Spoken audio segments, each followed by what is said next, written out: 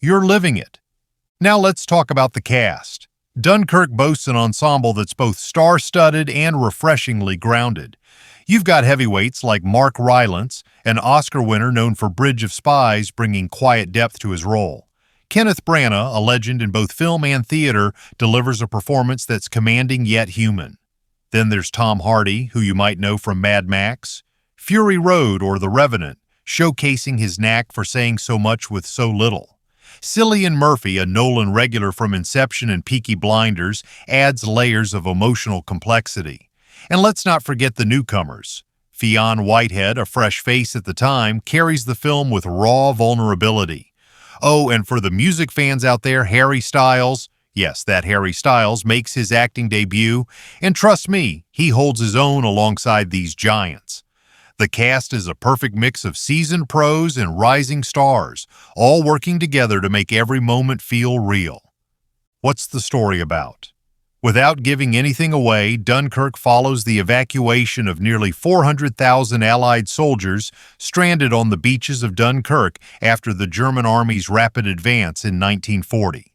The film weaves together three perspectives: the land, where soldiers wait desperately for rescue; the sea, where civilian boats join the effort; and the air, where pilots risk everything to protect their comrades. Each perspective unfolds on a different timeline: 1 week on land, 1 day at sea, and 1 hour in the air.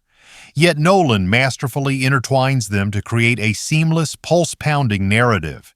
It's less about individual heroes and more about collective survival, showing the courage of ordinary people in extraordinary circumstances.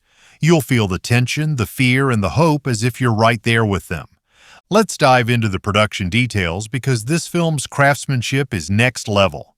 Dunkirk had a production budget of around $150 million, which might sound massive, but every penny is on the screen.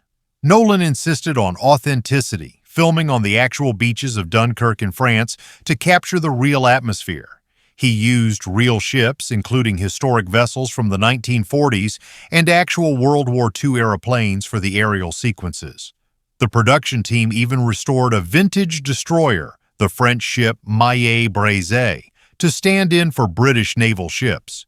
This commitment to realism makes every frame feel like a window into history.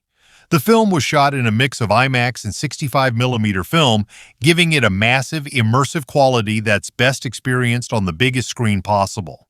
If you can watch it in IMAX, do it. You'll thank me later.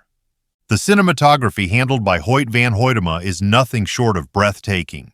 Van Hoytema, who also shot Interstellar and Tenet, captures the vastness of the beach, the churning sea, and the dizzying aerial dogfights with a painter's eye.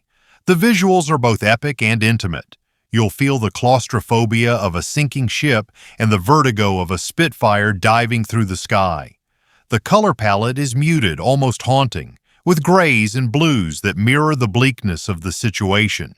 Yet there's beauty in the chaos, like the way sunlight glints off the waves or the silhouette of a plane against the horizon. It's the kind of cinematography that makes you forget you're watching a movie.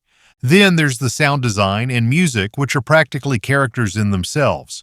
Hans Zimmer, a legend who scored everything from The Lion King to Gladiator, delivers a soundtrack that's relentless and unforgettable. The music isn't just background noise, it's a heartbeat, a ticking clock that ramps up the tension. Zimmer uses a technique called the shepherd tone, which creates a constant sense of rising intensity, making you feel like the stakes are climbing with every second. Combined with the sound of roaring planes, crashing waves, and gunfire, it's an auditory assault that keeps you glued to the action. Fun fact: Zimmer based parts of the score on Nolan's own pocket watch, adding a personal touch to the film's pulse. Why does this movie matter? Dunkirk isn't just a war film, it's a survival epic that resonates on a human level. It's about ordinary people, soldiers, sailors, pilots, even civilians, stepping up in the face of overwhelming odds. The film doesn't glorify war, it shows its cost, its chaos, and its humanity. Nolan strips away the fluff. No long speeches, no unnecessary backstories, just pure, raw storytelling. At 106 minutes, it's one of Nolan's shortest films, but it feels massive because every second is packed with purpose. It's lean, intense, and doesn't waste a single frame.